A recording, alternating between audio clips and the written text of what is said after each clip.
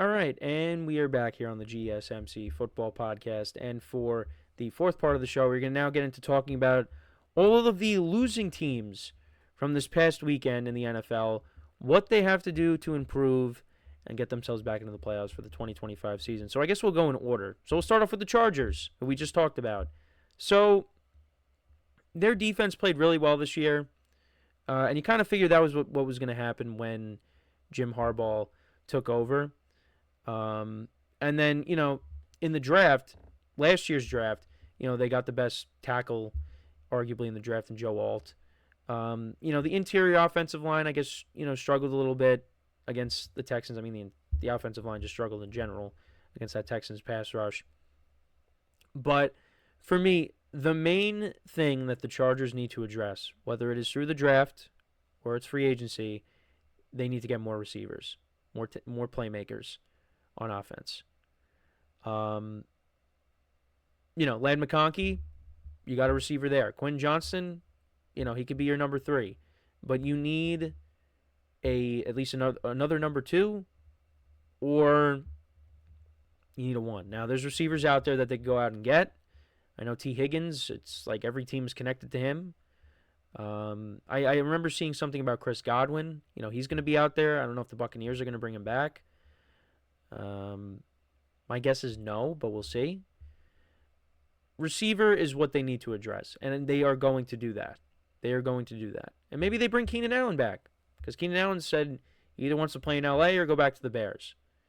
So I think if you brought Keenan Allen back, that would be good, because him and Herbert have a chemistry. They have a connection. So I think that would be a good move there. But, that is what I think you need to go out and get more playmakers, because you saw in the playoff game against the Texans, again, Herbert was not great, but who stepped up other than Ladd McConkey? No one. They couldn't run the ball. Quinn Johnston dropped some passes. It was not great. It's Ladd McConkey. You need to add more.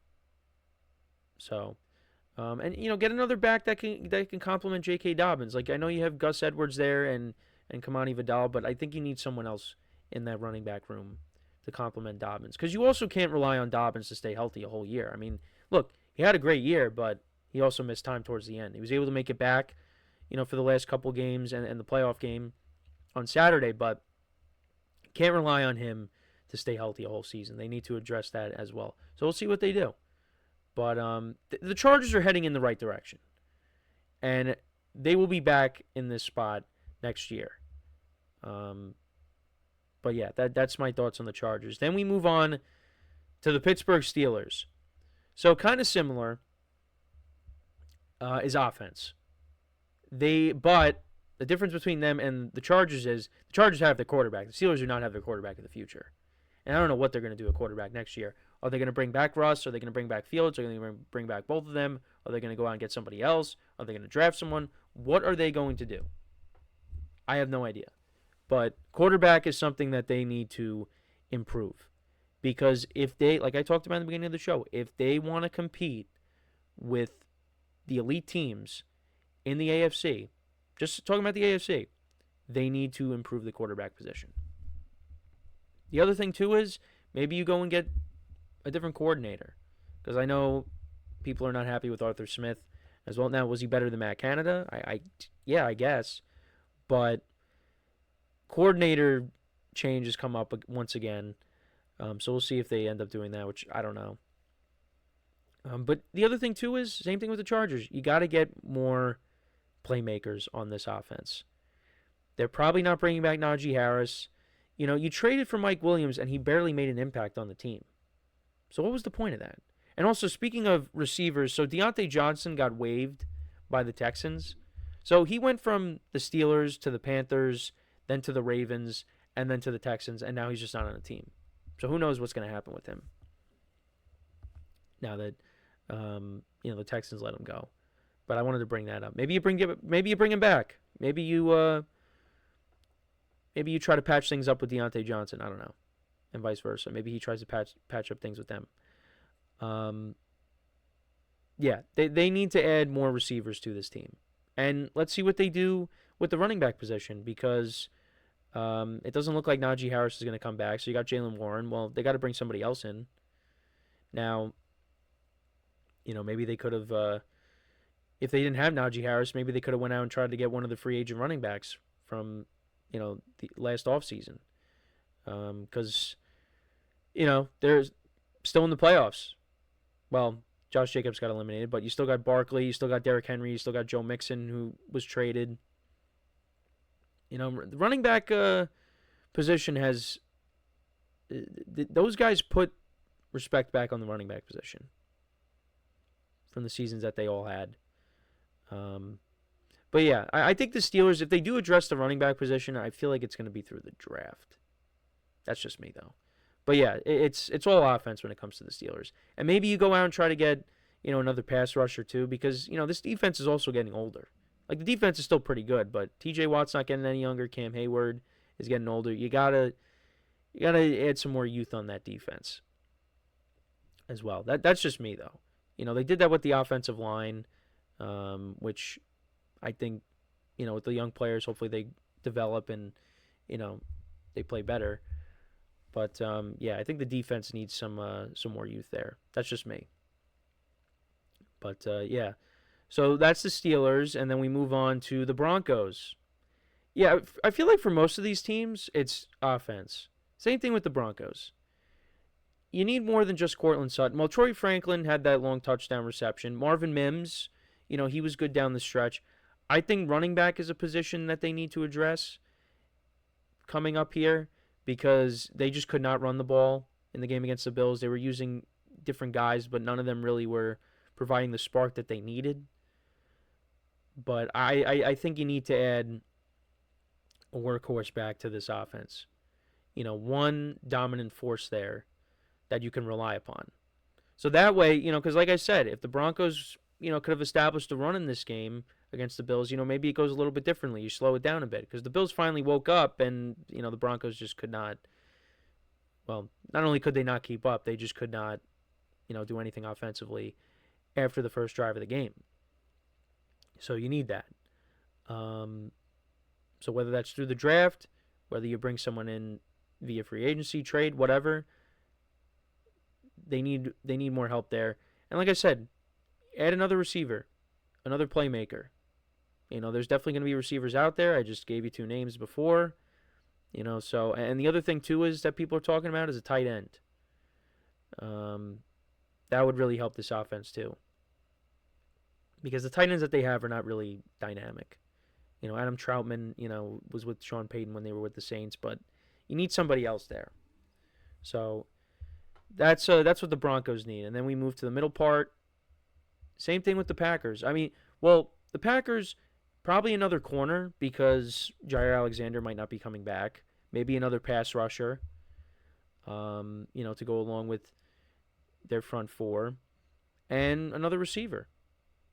They need a veteran receiver or go through the draft and get one. Because, listen, Devontae Adams talked about it when he was on with Kay Adams, and people are saying, well, Devontae should come home. And that would be nice if he does do that. I think if Rodgers does end up retiring, he should try to go back to Green Bay if he can. Or, if the Jets want to keep him, that works too, because then you can have him and Garrett Wilson. But if Devontae were to leave the Jets, if Rodgers retires, I think he should just go back to Green Bay because they need a veteran receiver and he could still play. So, yeah. So there's that. And like I said, a couple of pieces on defense for the Packers as well. But the defense improved this year. Jeff Hafley, he did a nice job for them. So, just add more talent to that defense too. Because they got some good players there. Xavier McKinney, is up there for Defensive Player of the Year. You got Rashawn Gary, but add some more players to that team, and hopefully they're back in this spot next year, which I still view them as a playoff team. And then finally, actually no, still got a couple of teams. We got the Buccaneers. So offensively, I think the Bucs are good. I think maybe, like, if they bring back Godwin, that would be good. Maybe they get another receiver in there. But I think defense. If I'm the Buccaneers, that's what I'm going for because you got your quarterback, you got the running backs. You have Mike Evans and Jalen McMillan when Godwin got hurt. He stepped up towards the end of the year. Cade Otton's a good tight end. I guess maybe, I don't know. There's a weakness on the offensive line. You could always address that. But I feel like for the Bucs, they need to go defensive heavy coming up because their pass defense was not good against the Commanders on Sunday. And that's what I was worried about going into the game. And also Levante David, I think, might be retiring. So that's going to leave a huge hole in your linebacking core. Maybe add to your front seven. I think defense is what the Bucs need to address this offseason because Baker Mayfield, he played really well this year with all the adversity that they had to overcome. And, Bucky Irving had a great rookie season. Mike Evans got to 1,000 yards once again.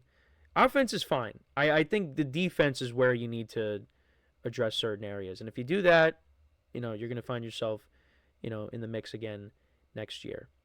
And then finally, we got the Vikings. For the Vikings, it's kind of odd because, they won 14 games. But what can they do? Well, I don't know what they're going to do with the running back position because I think Aaron Jones is a free agent. You got Cam Akers there, so I guess, you address that position. You're kind of set at wide receiver.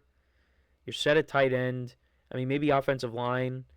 I guess maybe guys you can add in the secondary because there are some veteran guys in the secondary because Harrison Smith, I think, is a free agent. Stephon Gilmore is a free agent. So, you could address the secondary.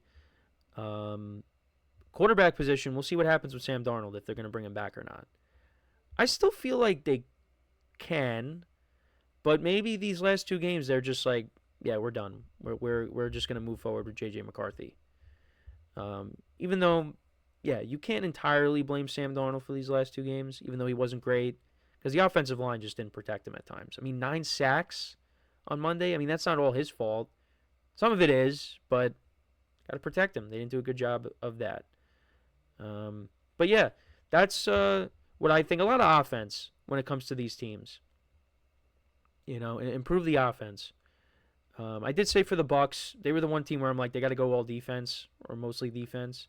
But everybody else got to add more playmakers, receivers, running backs. Maybe you want to improve the offensive line.